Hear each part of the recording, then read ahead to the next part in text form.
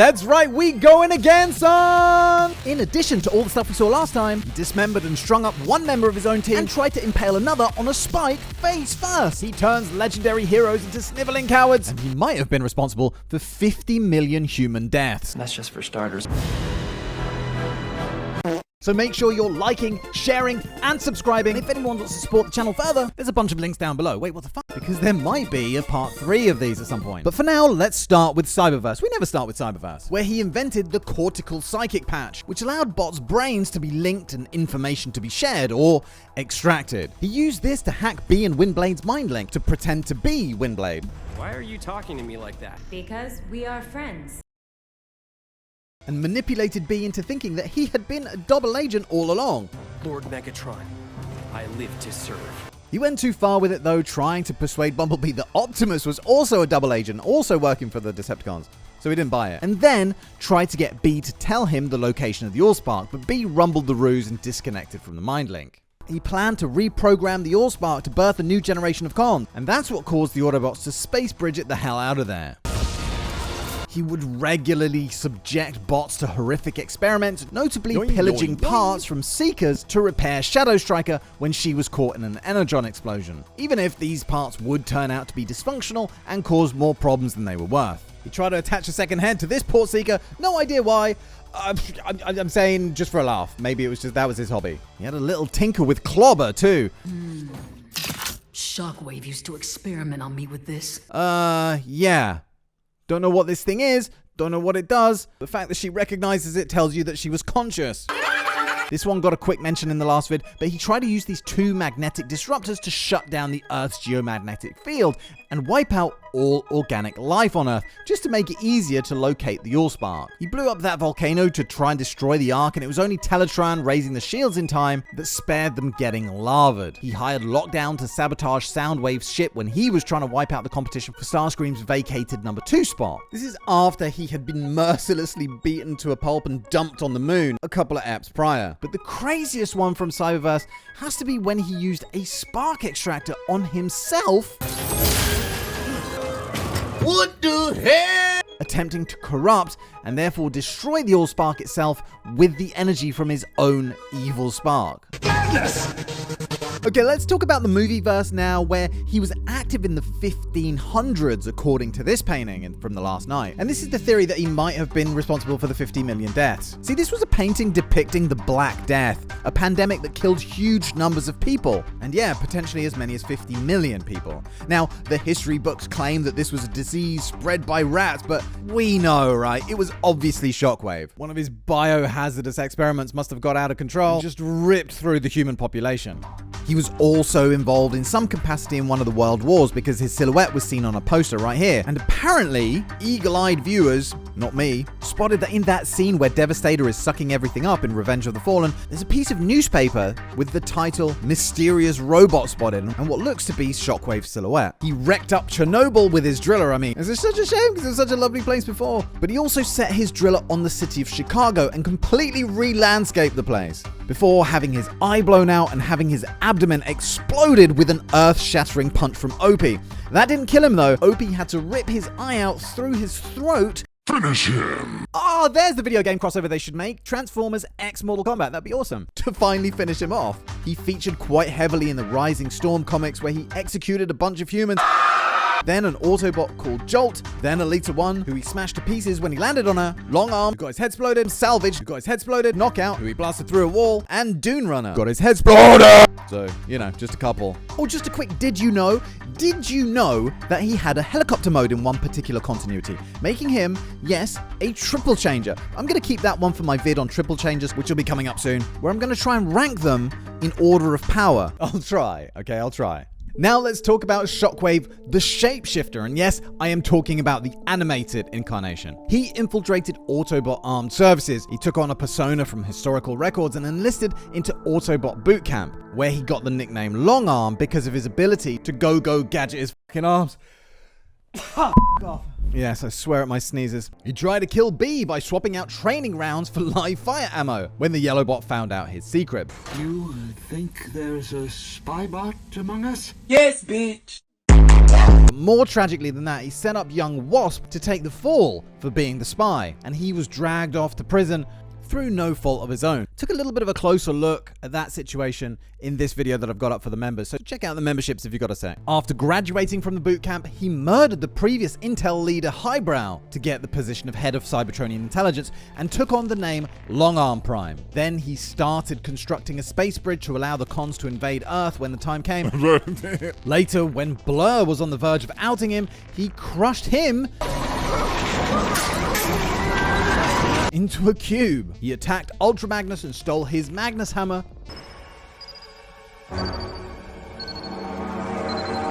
And would have later killed him altogether if it weren't for Ratchet showing up. He tortured RC, ripping a bunch of wires out of her head whilst trying to extract data codes from her mind.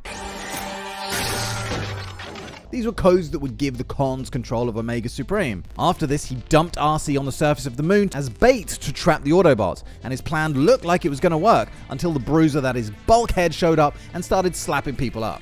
After he was defeated, he was paraded in front of a huge crowd, but even after he was imprisoned, it was detailed, I think in a novel somewhere, that he still managed to unleash a virus upon the population of Cybertron, one that infected both Autobots and cons. Now, I spent a bit of time on the aligned version of the character in the last vid, but I did find a few more atrocities. It's detailed in the Covenant of Primus how after Megatron left Cybertron under Shockwave supervision, he began to see Cybertron as his own personal playground to experiment on. This is where he created the Forged, his own personal army of bots who had been experimented on so much that they forgot everything about who they originally were. In the Rage of the Dinobots comics, Shockwave used these guys to build a colossal prison in a mountain, fuck up and capture Ultra Magnus, brainwash Swoop, gouge out his eye, and got him to attack Grimlock. He created Bruticus Maximus, who was said to be a danger to himself as well as his own allies, and he apparently tried getting the Insecticons to combine. Have we ever seen that before elsewhere?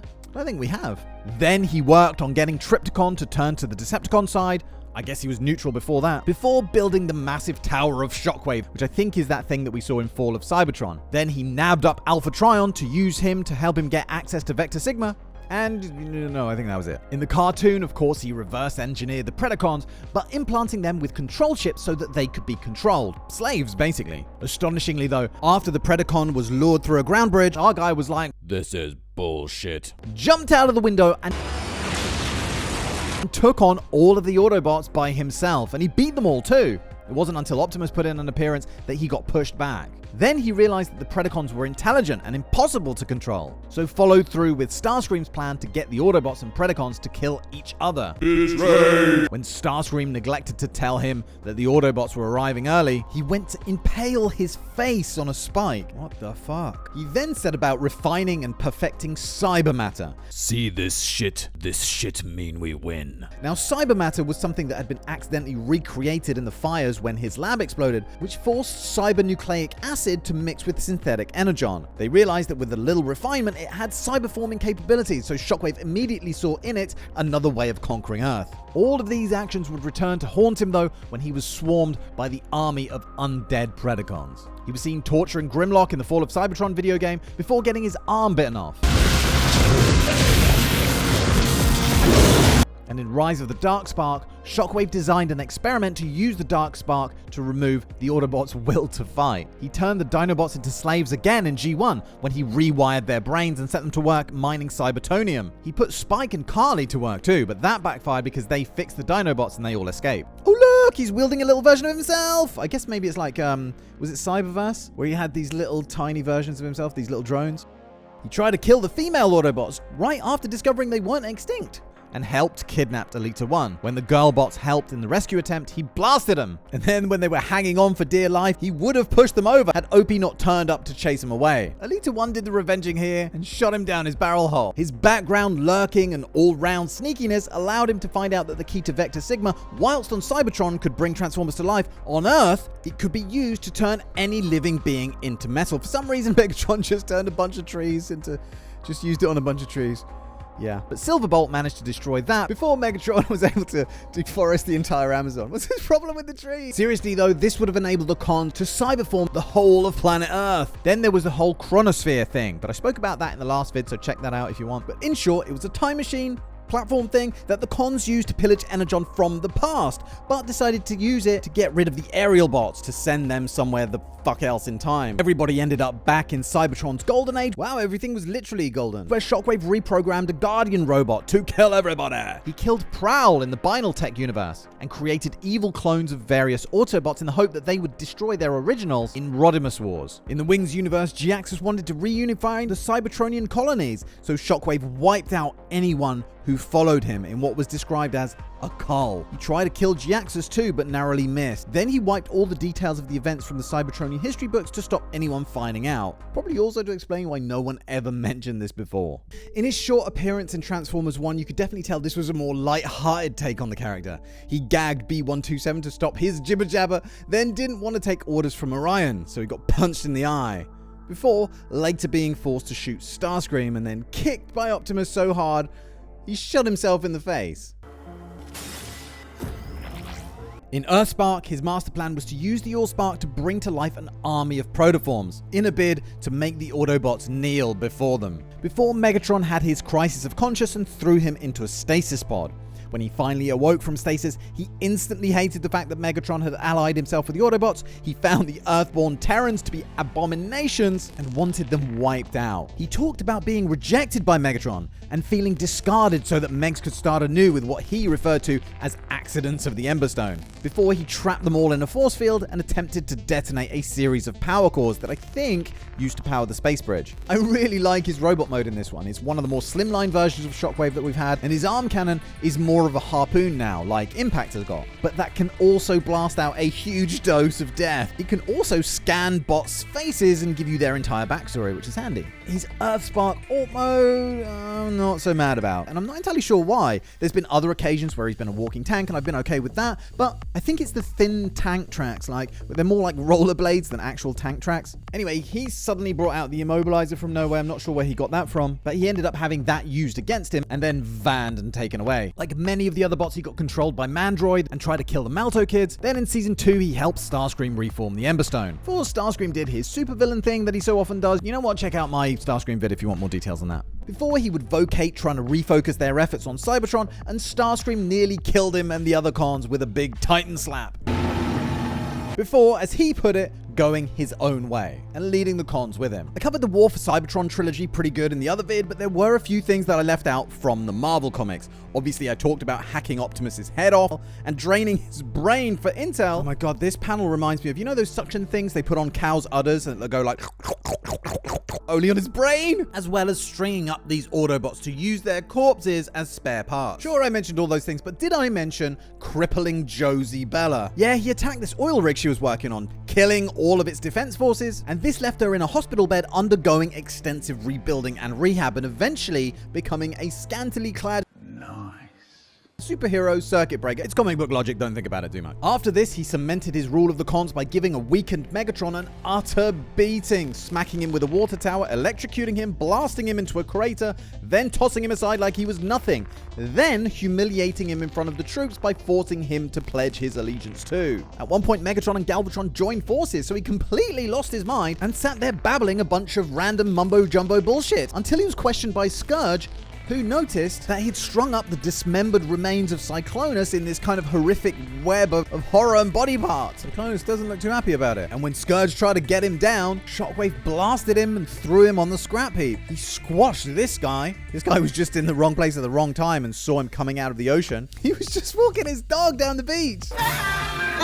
Then there was this whole thing with a mobile power station called Power Station Alpha, where he set it to run amok. Yeah, the government thought it would be a great idea to build a flying, tunneling, nuclear reactor, which would collect energy while creating absolute chaos, basically. And Shockwave spoke about how he could set this thing to somehow destroy the whole of Earth. Planet Earth will die! But when Cobra found out about this little detail of the plan, they flipped on him and helped G.I. Joe destroy the power station. He tried to overthrow Megs a bunch of times until finally ending up getting pummeled to pieces when Megs joined forces with Galvatron again. Did you see that cover? There's like blood and guts flying everywhere. People will say, oh, it's just cables and that, but well, then why is it red? Look, there's red mist. He'd try and kill Megatron again by jumping him with a bunch of triple changes and throwing him over a cliff. He got drawn with 2 blaster arms and no head in this German comic. Perhaps because of all of the betrayals, Megs decided to separate our boy from his body, keeping only his head to prevent further coups. What is it with Megatron and talking of severed heads? But you know what? I'm going to go into this more when I do my worst deeds of Megatron, which hopefully I'll have ready for around Christmas time. It's going to be huge, that one. So make sure you're subscribed for that. I feel like I covered Dreamwave pretty good in the last vid, although I didn't mention him ordering the eradication of the Autobots right here, or ordering the stripping down and junking of their city of Iacon. I did mention that he shot through one of the Guardian robots and killed another. These guys were the Autobots' last line of defense, and Mr. Big Balls just shows up. He's like,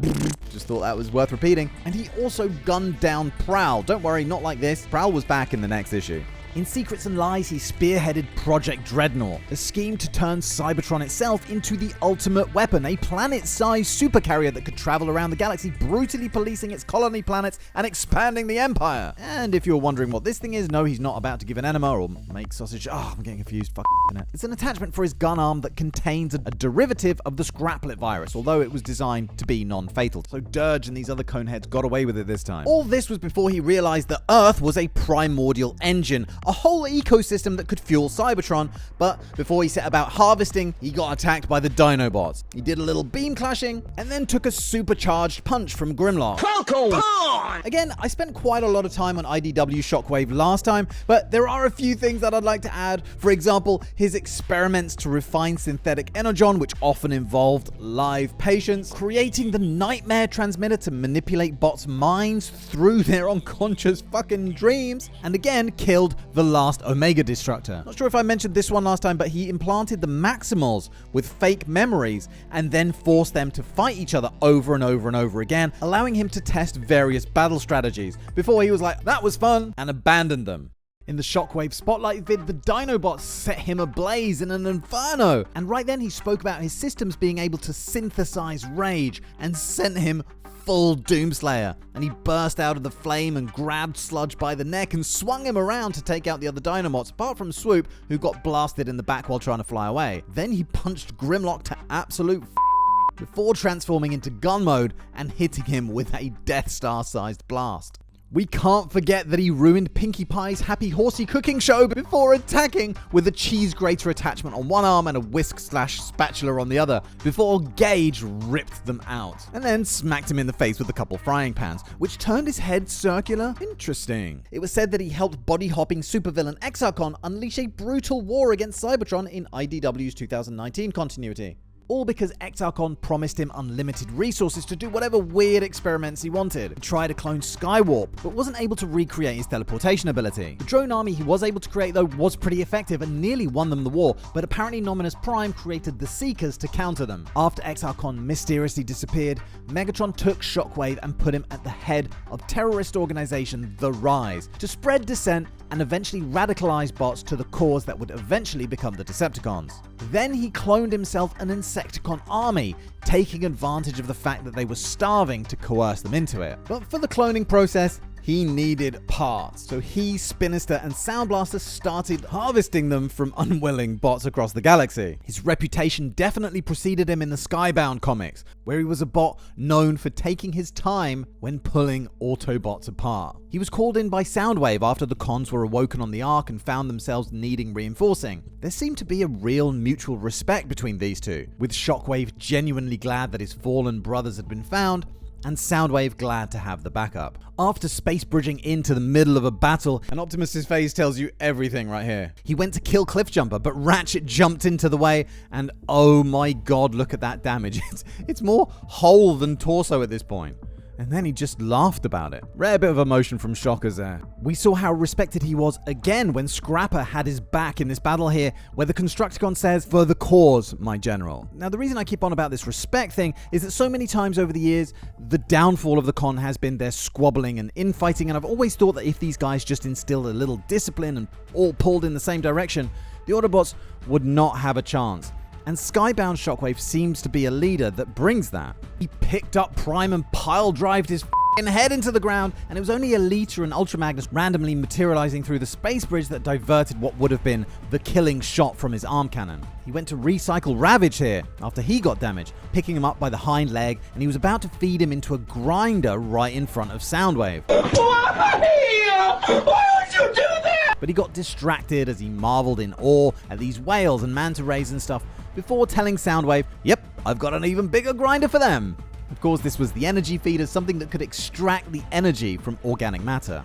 After the Autobots retreated, he ordered that Jazz and Cliff be hauled off as he had many painful experiments to subject them to. And after that, he had the Constructicons switch on the energy feeder that started sucking all organic life out of the ocean. I did put a grinder sound effect over this panel and the sound of some liquid sploshing and stuff, but I think I'm going to spare you guys that because it's just too much. Look at his face here. Before slapping Jazz around something awful and then using Cliff as a human shield to escape from the attacking Autobots. Then Ultra Magnus appeared as backup, and just as you're thinking, fuck, yes! Like there's this whole little build-up. Optimus is like, we brought backup. And then the fucking space bridge opens up and there's a silhouette in there and he comes out and Wheeljack is like, you go get it now! And then he takes one look and then all the PTSD come flooding back, so he evacuates his bowels and runs away. Probably remembering how Shocky Baby tortured him until he looked like this. Again, there was kind of a lead up to this as well, like Ultra Magnus was rescued and then he was slowly rebuilt and slowly refound his courage and his will to fight. So this moment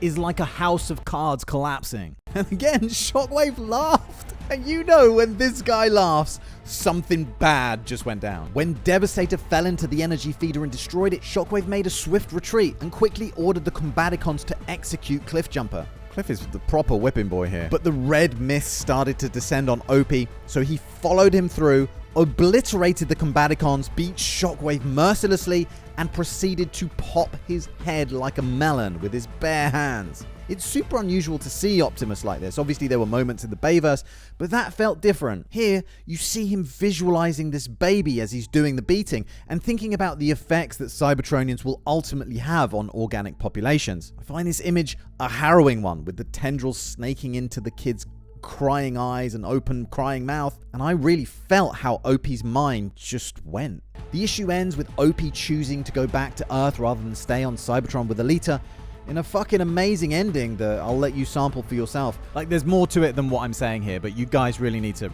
go on that journey yourselves. But going back to Shockwave, Opie says something at one point that sums him up completely. That he's not just the enemy of the Autobots. Often his dedication to cold, hard logic makes him the enemy of life itself. Guys, make sure you're subscribed because I'm very likely to make another one of these videos in like a year's time or something, because as I'm making my other videos, I keep finding more examples like, okay, oh, genocide here, atrocity there, wow, that was horrific, you know, and I jot them all down, so as soon as I've got enough, I'll do a part 3. Next up, I'm working on my huge Megatron video. As I said a couple of times already, it's going to be so big that it's going to take me weeks, so I'm hoping to release it in the run-up to Christmas somewhere. And whilst I'm working on that, I might put out a couple of videos on Pacific Rim, because there's a new comic coming out, a new prequel series has been announced, so it looks like there's some movement there, finally. Alright, once again, thank you so much for all the support that you give my channel. I'm not normally a gushy guy, but it does mean a fuck of a lot to this weirdo right here. Alright, I'm out.